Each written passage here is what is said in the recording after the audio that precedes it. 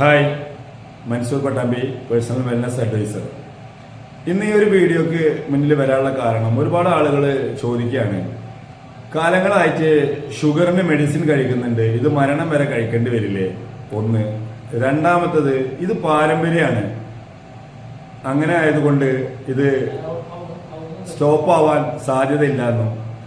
പിന്നെ വ്യത്യസ്തമായൊരു ചോദ്യം വന്നത്, റമദാൻ മാസത്തിൽ ഞാൻ ഫുഡ് കൺട്രോളിലായിരുന്നു, നോമ്പെല്ലാം എടുത്തു, ചോറ് കഴിച്ചിട്ടില്ല, മധുരമുള്ളതൊന്നും കഴിച്ചിട്ടില്ല, എന്നിട്ടും ഫാസ്റ്റിംഗ് ഷുഗർ ചെക്ക് ചെയ്തപ്പോഴും കൂടുതലാണ്.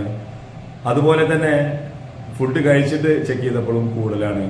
അപ്പോൾ ഇതൊക്കെ എന്താ ഇങ്ങനെ എന്നുള്ളൊരു ചോദ്യത്തിന്, ഈ ഒരു ചോദ്യം ഒരു പൊതുവായ ചോദ്യമാണ്. അതുകൊണ്ടാണ് ഈ ഒരു വീഡിയോയിൽ വന്നിട്ടുള്ളത്. നിങ്ങൾ മനസ്സിലാക്കുക, പാരമ്പര്യം എന്ന് പറഞ്ഞാൽ നിങ്ങൾ പ്രസവത്തിൽ നിങ്ങൾക്ക് ഉമ്മാടെ ഗർഭപാത്രത്തിൽ നിന്ന് പോരുമ്പോൾ നിങ്ങൾക്ക് ഷുഗർ ഉണ്ടായിരുന്നെങ്കിൽ ടൈപ്പ് 1 ഡയബറ്റിക് എന്ന് പറയും, അത് പാരമ്പര്യമാണ്. എന്നാൽ ടൈപ്പ് 2 ആണ് ഇന്ന് നമ്മുടെ നാട്ടിൽ കൂടുതൽ കണ്ടുവരുന്നത്. ഒരു 30 വയസ്സിന് ശേഷം 40 വയസ്സിന് ശേഷം. അതിൽ നിന്ന് ആദ്യം മനസ്സിലാക്കേണ്ട കാര്യം, എന്താണോ ആ വീട്ടിലെ ഉമ്മ ഉപ്പ അല്ലെങ്കിൽ ജ്യേഷ്ഠാനുജന്മാർ ശീലിച്ചു പോരുന്ന ഭക്ഷണ രീതി, ആ ഭക്ഷണ രീതിയാണ് അവരെ ഡയബറ്റിക് ആക്കിയത്. ആ ഭക്ഷണ രീതിയിൽ നിന്ന് വ്യത്യസ്തരാരാവുന്നോ അവർക്ക് ഷുഗർ ഇല്ലാത്തൊരവസ്ഥയും കാണാൻ സാധിക്കും ആ ഫാമിലിയിൽ തന്നെ.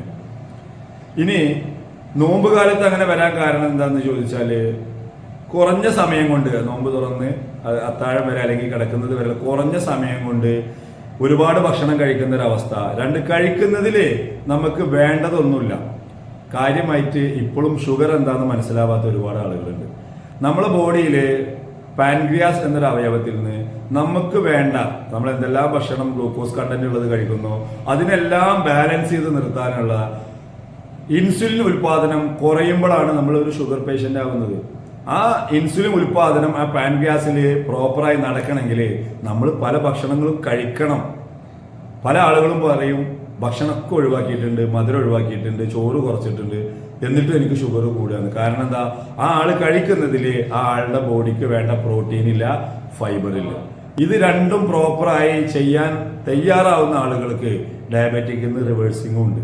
നമ്മൾ റിവേഴ്സിംഗ് ഇല്ല എന്നാണ് ചിന്തിച്ചിരുന്നത്, റിവേഴ്സിംഗ് ഉണ്ട്. തെറ്റായ മനസ്സിലാക്കാണ് അപ്പൊ ഈ ഒരു സ്ഥിരമായി മെഡിസിൻ കഴിക്കുന്നതിലേക്ക് എത്തിച്ചത്. അപ്പൊ ആ ഭക്ഷണ രീതി ചേഞ്ച് ആക്കിയാൽ നിങ്ങൾക്ക് ഞാൻ ഉറപ്പ് തരുന്നു, നിങ്ങൾക്ക് 100% നിങ്ങൾക്ക് അതിൽ നിന്ന് റിവേഴ്സിൽ പോരാം.